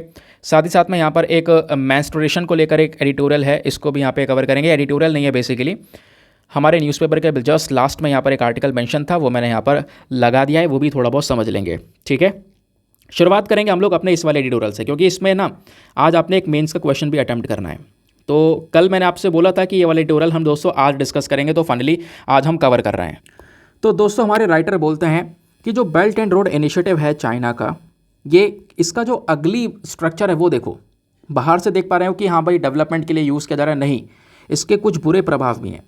अब उसको समझने से पहले हमें समझना होगा कि आखिरकार बेल्ट एंड रोड इनिशिएटिव है क्या। दोस्तों, चाइना ने यहाँ पर फोकस किया है दुनिया भर के कंट्रीज़ को अपने से जोड़ने का, वो इसी BRI प्रोजेक्ट के माध्यम से। कैसे, ये आप जो ऑरेंज वाली लाइन देख पा रहे हो ना, यहाँ पर ये अलग अलग देशों को इस तरीके से लैंड के ज़रिए जोड़ रहा है। ठीक है, पूरे यूरोप में यहाँ पर अपने एरिया को यहाँ पर जोड़ने की कोशिश कर रहा है। समुद्र के माध्यम से भी यहाँ पर जो जोड़ने की कोशिश कर रहा है, आप देख पाओगे। कैसे कैसे यार, दुनिया भर में कई सारी कंट्रीज़ हैं। फॉर एग्जाम्पल श्रीलंका का एग्जाम्पल ले लें, पाकिस्तान का एग्जाम्पल ले लें। इन कंट्रीज़ को फंसा लिया है इसने अपने डेट ट्रैप में। पैसा दे देकर यहाँ पर इतना लोन प्रोवाइड करवा दिया कि ये कंट्रीज़ आज के समय पर जो चाइना बोल रहा है वो कर रही हैं। ठीक है, तो यहाँ पे समुद्र के ज़रिए इस तरीके से रास्ता बनाया और यहाँ पे लैंड के ज़रिए इस तरीके से कनेक्ट कर रहे हैं इन सभी कंट्रीज़ को। और इसी बेल्ट एंड रोड इनिशिएटिव के अंदर में इन्होंने बीच में से एक और रास्ता निकालने की कोशिश की। जैसे यहाँ पर ये आप इंडिया का मैप देख पा रहे होंगे, पहले मैं इंडिया का मैप ड्रॉ कर देता हूँ। ठीक है, ये आप इंडिया का मैप देख पा रहे होंगे। अब दोस्तों, यहाँ पे ये जो पर्टिकुलर रीजन आपको नजर आएगा, ठीक है, कौन सा वाला, ये वाला, ये ऊपर पाकिस्तान ऑक्यूपाइड कश्मीर वाला रीजन है तो भारत का हिस्सा। पाकिस्तान ने इलीगल तरीके से कब्जा रखा है। अब दोस्तों, इसी रीजन से होता क्या है, एक और कॉरिडोर यहाँ पे बनाया जा रहा है, इसको बोलते हैं चाइना पाकिस्तान इकोनॉमिक कॉरिडोर। ठीक है, ऊपर चाइना हो गया, चाइना के कशगर से सीधा पाकिस्तान के ग्वादर पोर्ट तक ये कॉरिडोर जाता है और ये कॉरिडोर निकल कहाँ से रहा है? भारत के अंदर से निकल रहा है, भारत के पीओके वाले रीजन से निकल रहा है। और इसमें भारत तो हिस्सा है नहीं बीआरआई का, तो भाई तुम हमारे वाले रीजन से इस प्रोजेक्ट को निकाल रहे हो, इस चाइना पाकिस्तान इकोनॉमिक कॉरिडोर को निकाल रहे हो। तो दोस्तों इस बेल्ट एंड रोड इनिशिएटिव के अंदर में ये भी आता है सीपैक, जो कि चाइना ग्वादर पोर्ट से जोड़ रहा है, सीधा ये बंदरगाह से जोड़ रहा है, ठीक है। और इस बंदरगाह को भी यहाँ पर चाइना ने ही डेवलप किया है। तो बीआरआई प्रोजेक्ट क्या है ये आप समझ गए। अब इसका यहाँ पर एक नेगेटिव पॉइंट ऑफ व्यू यहाँ पर राइटर ने मेंशन किया है कि भाई यहाँ पर बुरा दृश्य है ये बीआरआई का, वो क्या है समझते हैं। पहली बात, ये एडिटोरियल क्यों लिखा गया, रीज़न यहाँ पर यह है दोस्तों कि जो तीसरा बेल्ट एंड रोड इनिशिएटिव का जो फोरम है, पूरा मंच है, एक मीटिंग जो है वो हो चुकी है 17 अक्टूबर से 18 अक्टूबर तक यहाँ पर दोस्तों ये मीटिंग चली थी, ठीक है। इस वजह से ये न्यूज़ में, क्योंकि हर इस प्रकार की मीटिंग रखते हैं, इंडिया ने इस बार भी पार्टिसिपेट नहीं किया इस बीआरआई के मीटिंग में, ये आपने ध्यान में रखना है। फिर यहाँ पर दोस्तों मेंशन किया जा रहा है कि जो चाइनीज़ प्रेसिडेंट है जी जिनपिंग, वो यहाँ पर नजर आए इस पूरे मीटिंग के अंदर में।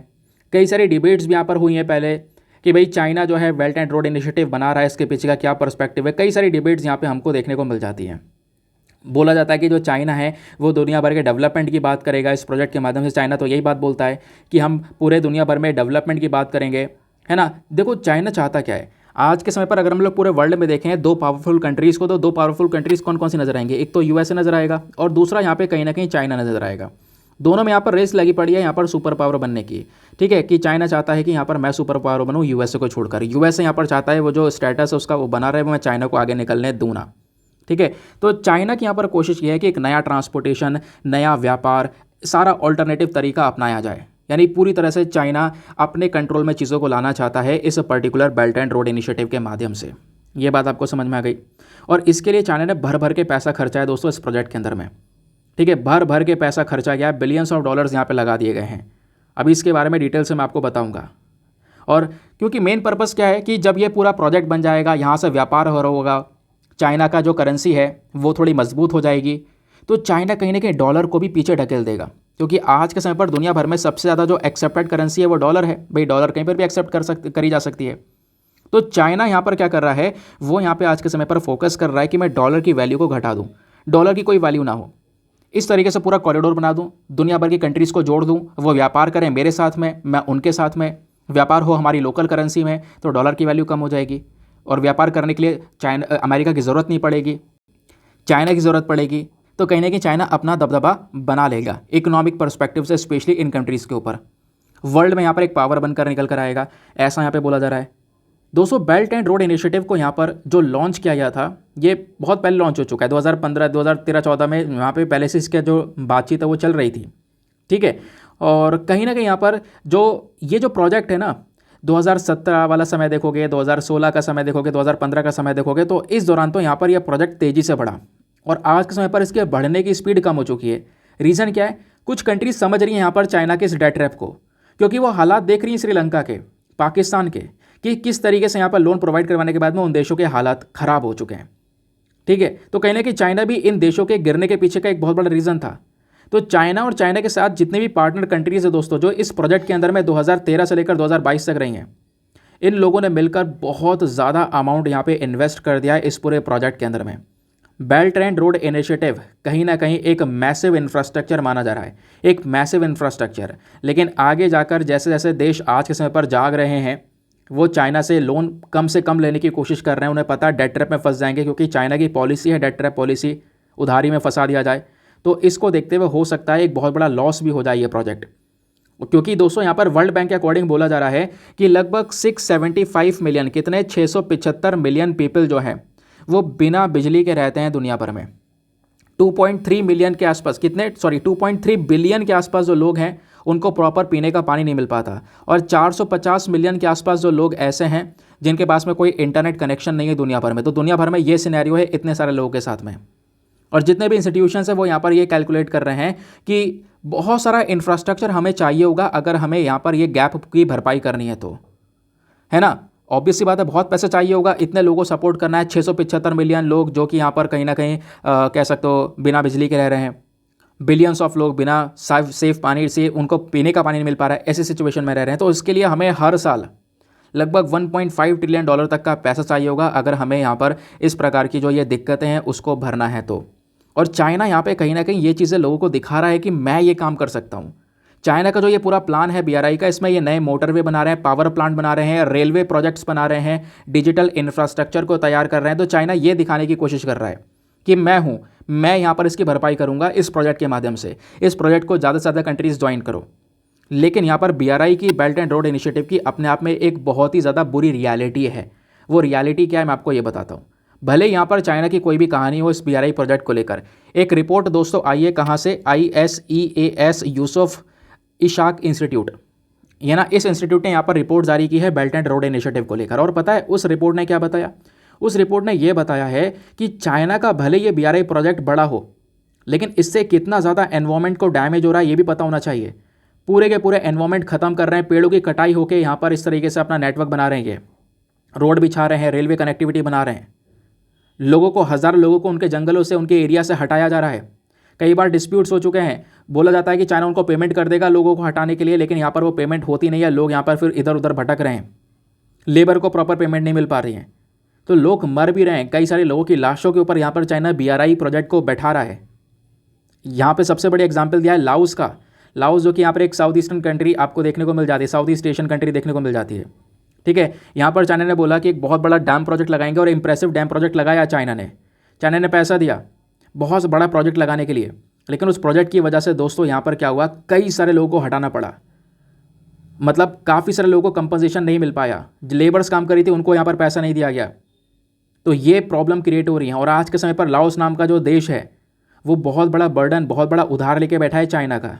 लगभग 12.2 बिलियन का यहाँ पर कह सकते हो दबाव है चाइना का लाओस के ऊपर में। यानी लाओस की जितनी GDP उनकी इकॉनमी है, उनका उसका 65% की इकॉनमी, 50% से ज़्यादा इकॉनमी लाओस की वो चाइना के ऊपर डिपेंडेंट है। ये हालात यहाँ पे हो चुके हैं उस देश के। तो अब जैसा चाइना बोलेगा वैसा करेगा ही। चाइना की यही हरकत है हर किसी कंट्री के साथ करने का। और इसी बीच में यहाँ पर बात आती है चाइना पाकिस्तान इकोनॉमिक कॉरिडोर की, CPEC की, जो भारत के पाकिस्तान ऑक्यूपाइड कश्मीर से निकाला गया है, ठीक है। तो चाइना पाकिस्तान इकोनॉमिक कॉरिडोर दोस्तों, ये कॉरिडोर कहीं ना कहीं भारत के रिलेशन, संबंध चाइना और पाकिस्तान के साथ में और ख़राब कर देता है, क्योंकि ये गलत है, हमारी टेरिटरी है, हमारी टेरिटरी से यहाँ पर ये प्रोजेक्ट निकालना बिल्कुल भी सही नहीं है। और पाकिस्तान यहाँ पे सपोर्ट कर रहा है उसको, जबकि पता है इन लोगों को यहाँ पर वो हमारी टेरिटरी है। चाइना ये बोलता है कि जो belt and road initiative project है ये विन विन सिचुएशन है, यानी जो भी देश इसको ज्वाइन करेगा उसके लिए भी फ़ायदा है, उसकी भी जीत है और हमारी भी जीत है। जबकि ऐसा कुछ है नहीं। उसके पीछे का रीज़न देखो, पाकिस्तान को तो लगा कि हाँ यार सही बात होगी, हमें भी फ़ायदा होगा, लेकिन पाकिस्तान को हो गया घाटा। भाई जो ग्वादर पोर्ट है, मैंने आपको ग्वादर पोर्ट दिखाया था ना, पाकिस्तान के अंदर में एक बंदरगाह बना रहा है चाइना, ग्वादर पोर्ट। उस बंदरगाह को बनाने के लिए सारा पैसा खर्च कर रहा है। पाकिस्तान को लगा कि भाई इस पोर्ट से हमको फ़ायदा होगा, कोई फ़ायदा नहीं हुआ। यहाँ पे चाइना को 91% उस ग्वादर पोर्ट का रेवेन्यू, उस बंदरगाह से जो भी पैसा जनरेट हो रहा है, रेवेन्यू जनरेट हो रहा है, वो 91% चाइना के पास जा रहा है और 9% केवल पाकिस्तान के पास जा रहा है। और बवाल हो रहा है अलग, जो लोग ग्वादर पोर्ट के पास में रह रहे हैं वो चाइना को हटाने की कोशिश कर रहे हैं पूरी तरह से। काफ़ी बार प्रोटेस्ट भी किया है उन्होंने, पाकिस्तान की सरकार के खिलाफ प्रोटेस्ट किया कि चाइना को क्यों आप पसारने दे रहे हो, पैर पसारने दे रहे हो उस पर्टिकुलर रीजन में। इससे जो लोग हैं, लोकल एरिया वाले वहाँ पे जो लोग रहते हैं, उनका जो रोज़गार वगैरह है वो सब छिनता हुआ नजर आया। तो चाइना को लगा यहाँ पर वाकई विन विन पाकिस्तान को लगा विन विन सिचुएशन होगी, लेकिन ऐसा कुछ भी नहीं है। ये झूठ है सरासर कि हाँ ये दोनों कंट्रीज़ को फ़ायदा पहुँचाएगा। इससे कुछ नहीं होगा, केवल और केवल चाइना को ही फ़ायदा होगा। जो भी कंट्रीज़ को ज्वाइन करेगी वो नुकसान में रहेंगी। और इसी को देखते हुए यहाँ पर दुनिया भर में ग्लोबल ऑल्टरनेटिव्स लाने शुरू कर दिए गए। बेल्ट एंड रोड इनिशिएटिव को लेकर यहाँ पर एक नया इनिशिएटिव स्टार्ट किया गया, जो कि हम बात कर भी चुके हैं, वो है B3 इनिशिएटिव, जिसको बोला जाता है build back better world initiative. Build back better world initiative, ये इनिशिएटिव किसने स्टार्ट किया? अमेरिका ने स्टार्ट किया। इसमें कुछ और कंट्रीज़ ऐड हो गई, डेवलप्ड कंट्रीज़ जिनके पास बहुत पैसा है। तो उन्होंने यहाँ पर एक ऐसा इनिशिएटिव बना दिया और यहाँ पर ये बोला कि भाई हम बहुत सारा इन्वेस्टमेंट करेंगे। यानी कि चाइना का जो बेल्ट एंड रोड इनिशिएटिव है, इसको टक्कर देने के लिए B3W इनिशिएटिव आ गया। जो चाइना कर रहा था कि भाई हम क्लाइमेट चेंज से लड़ेंगे, हेल्थ सिक्योरिटी प्रोवाइड करवाएंगे, ये करेंगे वो करेंगे, वो सारा काम हम करेंगे, अब ऐसा B3 इनिशिएटिव ने बोला। अमेरिका और जापान ने मिलकर यहाँ पे इसकी शुरुआत की। अमेरिका आया और अमेरिका ने कई सारी कंट्रीज़ को और इकट्ठा किया और ये बोला जिस भी देशों को पैसों की ज़रूरत है वो चाइना के पास में ना जाए। इन्वेस्टमेंट अगर आपको चाहिए हम करेंगे, और हम वो इन्वेस्टमेंट करेंगे। चाइना तो सीधा लोन दे रहा है, लोन के बदले में आपसे ब्याज भी लेगा और वो लोन आप चुका नहीं पाओगे। हम आपके यहाँ पे इन्वेस्टमेंट करेंगे, पैसा को इन्वेस्ट करेंगे, उसका रिटर्न आएगा, आप भी रखोगे हम भी रखेंगे। चाइना की तरह हरकतें नहीं होंगी, ठीक है, आपके ऊपर कोई दबाव नहीं डाला जाएगा। तो इस प्रकार का दोस्तों यहाँ पर एक पार्टनरशिप डेवलप की गई डेवलप्ड कंट्रीज़ के थ्रू। और आज के समय पर इसी वजह से बेल्ट एंड रोड इनिशिएटिव के प्रति जो लोग हैं उनका जो एक प्यार दिख रहा था कि हमको फ़ायदा होगा, वो कम हो गया है। इटली नाम का देश जो है उससे बाहर भी निकल चुका है, क्योंकि उन्हें लगा यार कोई फ़ायदा वगैरह है नहीं इस belt and road initiative project का। और इतना ही नहीं, अभी आईमेक कॉरिडोर का भी अनाउंसमेंट कर दिया गया है। आईमेक कॉरिडोर में हमारा India, middle east, Europe economic corridor है। जल्दी इसमें अफ्रीका को ऐड कर लेंगे, लेकिन अभी फिलहाल ये इजराइल और पैलेस्टीन का डिस्प्यूट हो गया है। देखते हैं आईमेक कॉरिडोर कब इंप्लीमेंट होगा, लेकिन आईमेक कॉरिडोर भी आ चुका है। एक नए व्यापार की कनेक्टिविटी आ चुकी है। तो आईमेक कॉरिडोर अगर बन गया तो चाइना का BRI सीधा सीधा नुकसान में है। तो दोस्तों यहाँ पे चाइना की जो चिंताएं हैं बेल्ट एंड रोड इनिशिएटिव को लेकर वो बढ़ चुकी हैं। ठीक है, कि इन्होंने बहुत सारा उधार दे रखा है कंट्रीज़ को, इतना सब पैसा इन्वेस्ट कर रखा है, लेकिन कहीं ना कहीं यहाँ पर हमको देखना होगा कि अब चाइना किस तरीके से अपने इस प्रोजेक्ट को खड़ा करता है, क्योंकि आज के समय पर इस प्रोजेक्ट को पूरी तरह से चोट लग गई है। इसके ऑल्टरनेटिव मार्केट में आ चुके हैं, इसको टक्कर देने के लिए ऑल्टरनेटिव यहाँ पर उतार चुके हैं। अब किसी देश को पैसा चाहिए होगा तो उसे पता है कि हाँ चाइना मेरे साथ में क्या करेगा, वो जाएगा नहीं उसके पास में। गया तो वो B3W इनिशिएटिव के तहत पैसा उठाएगा इन डेवलप्ड कंट्री से, उनसे इन्वेस्टमेंट करवाएगा अपने देश के अंदर में। समझ गए? तो ये दोस्तों यहाँ पे कहीं ना कहीं एक बेसिक चीज़ आपको देखने को मिल जाती है इस आर्टिकल के रिगार्डिंग। आई होप आपको बढ़िया तरीके से और एक बढ़िया तरीके से समझ में आ चुका है पूरा का पूरा सिनेरियो क्या चल रहा है। नाउ अब आते हैं हम लोग अपने एक मेंस के क्वेश्चन की तरफ। तो आज का मेंस का क्वेश्चन क्या बोलता है, फटाफट इसको डिस्कस करते हैं। क्वेश्चन यह है, examine the concerns and impacts associated with the China's belt and road initiative, यानी जो चाइना का BRI प्रोजेक्ट है इससे संबंधित क्या क्या चिंताएं हैं और इसका इम्पैक्ट क्या है, इसके प्रभाव क्या पड़ते हैं, ये सब आपने यहाँ पर समझाना। इसके प्रभाव क्या पड़ेंगे ये भी आपने समझाना है। ठीक है, तो इसके बारे में 250 शब्दों में आंसर लिखना है, क्योंकि चाइना ने अपने इस प्रोजेक्ट को खुद से इकट्ठा किया है, खुद से यहाँ पर बढ़ाया है, खुद से एक्सपैंड किया है। तो इससे संबंधित चिंताएँ क्या हैं और इसके प्रभाव क्या हो सकते हैं, इसके बारे में आपने समझाना है। हिंदी में एक बार रीड कर देता हूँ ताकि हिंदी माध्यम वाले जो एस्पिरेंट्स हैं वो यहाँ पर इसको अच्छे से समझ कर एक बढ़िया सा आंसर लिख सकें। तो चीन की बेल्ट रोड पहल से जुड़ी चिंताओं और प्रभावों की जांच करें, जिसने खुद को केवल एक बुनियादी ढांचा परियोजना से विस्तारित किया है। 250 शब्दों में आंसर लिखने के बाद में कहाँ पे सबमिट करना है, टेलीग्राम पर जाना, वहाँ पे जाके सर्च बॉक्स में लिखना दीपक यादव एजुकेशन मेंस ग्रुप। जैसे ही आप फुल फॉर्म लिखोगे मेरा टेलीग्राम चैनल मिल जाएगा, जहाँ पे ऑलरेडी 70,000 से ज़्यादा लोग जुड़ चुके हैं। आप भी जुड़कर मेरे साथ में आंसर्स को लिखकर सबमिट कर सकते हो। अपने आंसर को लिखकर दोस्तों जब आप सबमिट करोगे तो साथ ही साथ में एक छोटा सा काम और करना है, एटलीस्ट सभी लोगों को 2-2 आंसर्स रिव्यू करने हैं। जब आप सभी लोग 2-2 आंसर्स को रिव्यू करोगे बहुत सारे फ़ायदे होंगे आपको भी, सामने वाले को भी। आपको कुछ इंपॉर्टेंट पॉइंट्स मिलेंगे जो आप अपने नोट्स में इंक्लूड कर सकते हो। सामने वाले के आंसर में अगर कोई मिस्टेक होती है तो आप उनको बता सकते हो कि यहाँ पर इंप्रूवमेंट की आवश्यकता है। तो इस प्रकार से कोऑपरेटिव वे में वो पूरा का पूरा ग्रुप काम कर रहा है। चलिए आते हैं अगले एडिटोरियल की तरफ। नेक्स्ट एडिटोरियल में बात की जा रही है मेंस्ट्रुएशन के बारे में। सबसे पहले हम समझते हैं ये आखिरकार न्यूज़ में क्यों है, क्योंकि दोस्तों यहाँ पे एक नया रूल या फिर कह सकते हो एक नया ड्राफ्ट तैयार किया जा रहा है मेंस्ट्रुअल हाइजीन को लेकर। तो मेंस्ट्रुअल हाइजीन पॉलिसी यहाँ पर नाम दिया गया है। तो एक ये जो पूरी नीति है मेंस्ट्रुअल हाइजीन को लेकर वो लाने की कोशिश की जा रही है, उसको लेकर नए जो रूल्स एंड रेगुलेशंस है वो लाने के ऊपर यहाँ पर फोकस किया जा रहा है। ठीक है, तो यहाँ पे मेन चीज़ ये है कि दोस्तों मेंस्ट्रुएशन को लेकर, जो ये मेंस्ट्रुएशन है ना, इसको लेकर इंडिया के अंदर में कई सारे यहाँ पर आपको मिथ देखने को मिल जाते हैं, है ना। कई सारे टैबूज़ आपको देखने को मिल जाते हैं। तो कैसे उससे टैकल किया जा सकता है उसके बारे में यहाँ पर समझाया गया है। पहले मैं आपको थोड़ा सा बताता हूँ कि आखिरकार ये मेंस्ट्रुएशन है क्या। दोस्तों यहाँ पर फीमेल्स के अंदर में जो पीरियड्स वाली साइकिल आती है उसी को हम लोग यहाँ पर मेंस्ट्रुएशन बोलते हैं। तो मेंस्ट्रुएशन बेसिकली एक ऐसा प्रोसेस होता है जिसके तहत जो महिला की बॉडी होती है वो यहाँ पर एक प्रेगनेंसी के लिए तैयार हो रही होती है। ठीक है, तो मेंस्ट्रुएशन या फिर हम इसको पीरियड भी बोलते हैं। दोस्तों यहाँ पर इसमें होता क्या है, ये ना एक नॉर्मल वेजिनल ब्लीडिंग का केस होता है, यानी कि धीरे धीरे करके हर महीने यहाँ पर जो महिला की बॉडी है वो प्रेगनेंसी के लिए तैयार हो रही होती है, प्रिपेयर हो रही होती है आगे के लिए। ठीक है, और जो वुमेन की यहाँ पर मंथली साइकिल होती है उसमें इस प्रकार की जो नॉर्मल वेजिनल ब्लीडिंग है वो हमको देखने को मिलती है, और इसी को हम लोग यहाँ पर मेंस्ट्रुएशन या फिर जो पीरियड है उसका नाम देते हैं। ठीक है, इसमें कुछ यहाँ पे नॉर्मल सिम्टम्स आपको देखने को मिल जाते हैं, जैसे यहाँ पर ब्लोटिंग हो गया, मेंस्ट्रुअल क्रैम्प्स हो गया, ठीक है, ब्रेस्ट पेन हो गया। तो इस प्रकार के यहाँ पर नॉर्मल सिम्टम्स हैं। इसमें यहाँ पर कुछ मेंस्ट्रुअल डिसऑर्डर्स भी हमको देखने को मिल जाते हैं, वो डिसऑर्डर्स अलग हैं। लेकिन दोस्तों यहाँ पे हम लोग बात कर रहे हैं किसकी, हम लोग कुछ और डेटा की बात कर रहे हैं। हम बात करें मेंस्ट्रुअल हाइजीन की। तो मेंस्ट्रुअल हाइजीन दोस्तों कहीं ना कहीं एक बहुत बड़ा चैलेंज बना हुआ रहा है इंडिया के अंदर में। ठीक है, हम लोग कई सारे जो इश्यूज़ हैं मेंस्ट्रुअल हाइजीन को लेकर वो यहाँ पर फेस कर रहे हैं। सबसे पहली बात, लोगों का जो माइंडसेट है आज के समय पर वो बहुत ही ज़्यादा पीछे है। हम लोग यहाँ पर इस टॉपिक के ऊपर खुलकर बात नहीं कर पाते हैं आज के समय में। ठीक है, सैनिटरी पैड्स को लेकर या इन सब टॉपिक्स को लेकर कोई भी डिस्कशन प्रॉपर नहीं हो पाता है। ये एक सबसे बड़ी प्रॉब्लम वाली बात यहाँ पर हमको देखने को मिलती है। लोगों में ज़्यादा अवेयरनेस नहीं देखने को मिलती इस मेंस्ट्रुअल साइकिल को लेकर इंडिया में।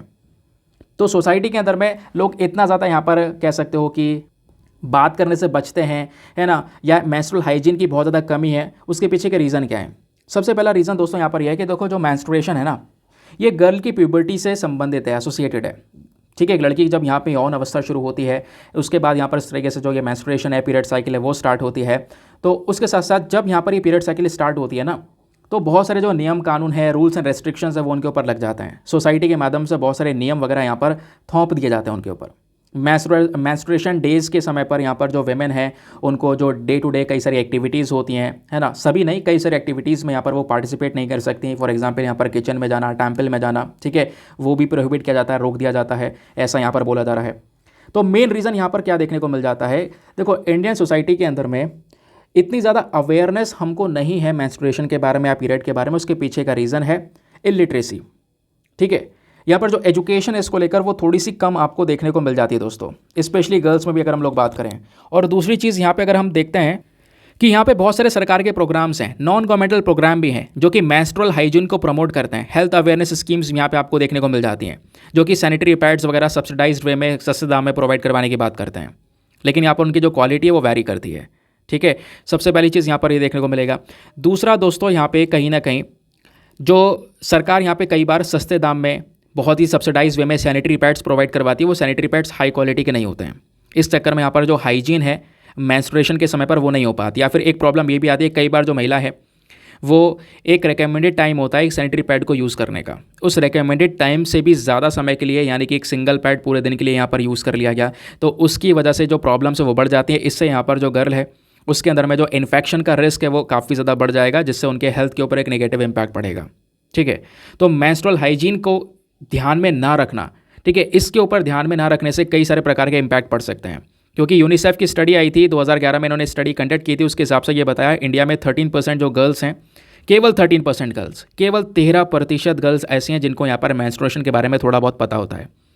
बाकी यहाँ पर कई सारी गर्ल्स ऐसी हैं जिनको इसके बारे में ज़्यादा कुछ नहीं पता होता है। ठीक है, मेंस्ट्रुएशन की वजह से कई सारी प्रतिशत गर्ल यहाँ पर उनके अंदर कॉन्फिडेंस काफ़ी ज़्यादा कम हो जाता है, कई सारे रिस्ट्रिक्शंस उनके ऊपर लग जाती हैं।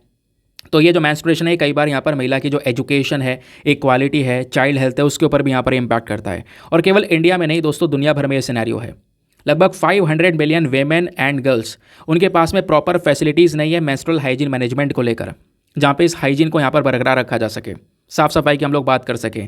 लेकिन प्रॉपर इन्फॉर्मेशन ना होना, ठीक है, प्रॉपर फैसिलिटीज़ ना होना, इसी वजह से यहाँ पर क्या है कि महिलाओं को कहीं ना कहीं थोड़ी ज़्यादा प्रॉब्लम फेस करनी पड़ जाती है इस पर्टिकुलर सिनेरियो के अंदर में। ठीक है, उसके बाद बोला गया कि धीरे धीरे दोस्तों यहाँ पर जो सैनिटरी पैड का यूज़ है वो बढ़ने लगा है। पहले सैनिटरी पैड का यूज़ ज़्यादातर नहीं होता था, अब धीरे धीरे यहाँ पर इन पैड का यूज़ इंक्रीज़ हो चुका है। लेकिन अभी भी सिनेरियो ऐसा है कि 77% से ज़्यादा जो मेंस्ट्रुएटिंग गर्ल्स हैं, वेमेन हैं इंडिया के अंदर में, वो अभी भी ओल्ड क्लॉथ का यूज़ कर रही हैं। एक कपड़े का यहाँ पे यूज़ किया जाता है जिसको वापस से रीयूज़ कर सकते हैं, या न्यूज़पेपर का यूज़ किया जा रहा है, पत्तों का यूज़ किया जा रहा है ना। तो इस प्रकार की जो चीज़ें हैं वहाँ पे यूज़ की जाती है, जिससे कि एक हाइजीन को मेंटेन नहीं किया जा सकता। ठीक है, तो सैनिटरी पैड और जिसको यहाँ पर रिकमेंडेड होता है एक पर्टिकुलर टाइम पीरियड के लिए यूज़ करना है, तो वही चीज़ें यहाँ पर सेफ्टी को या फिर कह सकते हो हाइजीन को मेंटेन कर सकती हैं। बट वो चीज़ें हम लोग को यहाँ पे फॉलो होती हुई नहीं नज़र आती हैं, या फिर कह सकते हो लोगों में इसकी जो अवेयरनेस है वो यहाँ पर नहीं देखने को मिलती है। अवेयरनेस बहुत ज़्यादा कम हमको नज़र आती है। तो कहीं ना कहीं ये भी एक प्रॉब्लम वाली बात है, समझ गए।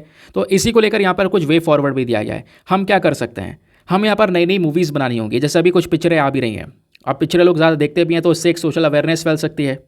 जैसे फिल्म आई पैडमैन, इसने एक सबसे इंपॉर्टेंट रोल प्ले किया इस टॉपिक के बारे में थोड़ा डिस्कशंस करने को लेकर, इस मुद्दे को थोड़ा मार्केट में उठाने के लिए। यार लोग बात नहीं करते इन सब चीज़ों के बारे में। गवर्नमेंट को यहाँ पे प्रमोट करना चाहिए, स्मॉल स्केल जो सैनिटरी पैड मैन्युफैक्चरिंग है उसको शुरू करना चाहिए। जो पैड की मैन्युफैक्चरिंग है वो लो कॉस्ट में शुरू हो जाएगी। सरकार को यहाँ पे उन कंपनियों को सपोर्ट करना चाहिए। इससे क्या होगा, यहाँ पर जो महिलाओं के लिए मोस्टली ईजिली अवेलेबल होगा, अब ज़्यादा आसानी से अवेलेबल होगा, तो यहाँ पर ज़्यादा यूज़ कर पाएंगे, हर एक तक पहुँचाया जा सकेगा। सरकार कैंपेन चला सकती है, घर घर पहुँचा सकती है इन पैड्स को। तो इससे यहाँ पर क्या होगा, पैड्स का ज़्यादा यूज़ होने की वजह से जो यहाँ पर जो मेंस्ट्रुअल हाइजीन है वो यहाँ पर बरकरार रहेगी। यहाँ पर जो इन्फेक्शन है महिला के अंदर में, उसका जो डर है वो यहाँ पर ख़त्म हो जाएगा। इसके लिए हमें यहाँ पर कुछ स्टेप्स जो हैं वो उठाने होंगे, ऐसा यहाँ पर मेंशन किया जा रहा है।